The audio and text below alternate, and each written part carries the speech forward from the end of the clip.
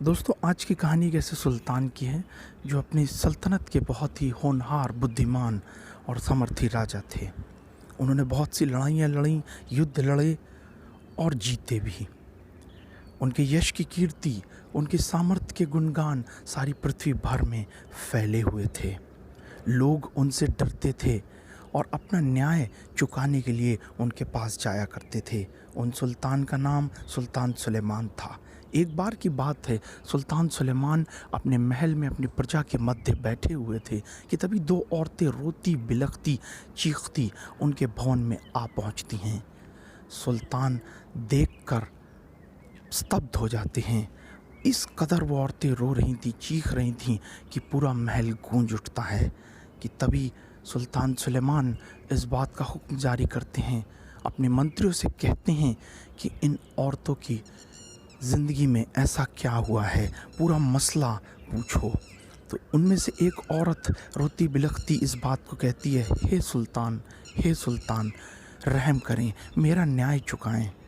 दरअसल ये दूसरी औरत जिसके हाथ में आप बच्चा देख रहे हैं सुल्तान, ये रात में इस कदर अपने बच्चे से करवट में सोई कि बच्चा गिर गया और रात में गिरकर मर गया।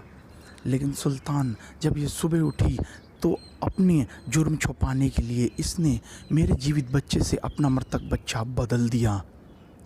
पूरी प्रजा ये सुनकर स्तब्ध रह गई और दूसरी औरत भी यही इल्ज़ाम उस औरत पर लगाती थी।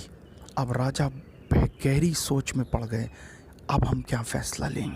पूरी प्रजा स्तब्ध थी और कुछ लोग सोचते थे, अब देखते हैं कि सुल्तान क्या फ़ैसला लेंगे।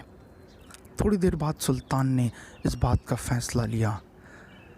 उन्होंने अपने एक सैनिक से कहा, तलवार लेकर इस बच्चे के 2 टुकड़े कर दो और इन दोनों माओं को बांट दो। कि तभी उनमें से एक औरत ज़ोर ज़ोर से चीखने लगी, अपना हाथ, अपना माथा राजा के तख्त के सामने पटकने लगी और कहने लगी, हे सुल्तान, हे राजा, रहम करें सुल्तान, ऐसा ना करें। आप इस जीवित बालक को इस औरत को ही दे दीजिए, मैं चुपचाप सह लूँगी। बस फिर क्या था, सुल्तान समझ चुके थे, क्योंकि जो उसकी असली माँ थी, उसकी माँ की आंखों में तो बहुत सारे आंसू थे, लेकिन जो दूसरी औरत थी जिसने उस बच्चे को चुराया था, उसकी आंखों में आंसू नहीं थे। सुल्तान ने उसकी असली माँ को उसका बालक वापस कर दिया और जब बालक उसकी गोद में आया तो वो बहुत ही आनंद मनाने लगी, खुश हो गई और राजा की प्रशंसा करने लगी। पूरी प्रजा यह देखकर आनंद से झूम उठी। लोगों ने ज़ोरदार तालियां बजाईं और पूरा महल राजा की प्रशंसा से गूंज गया।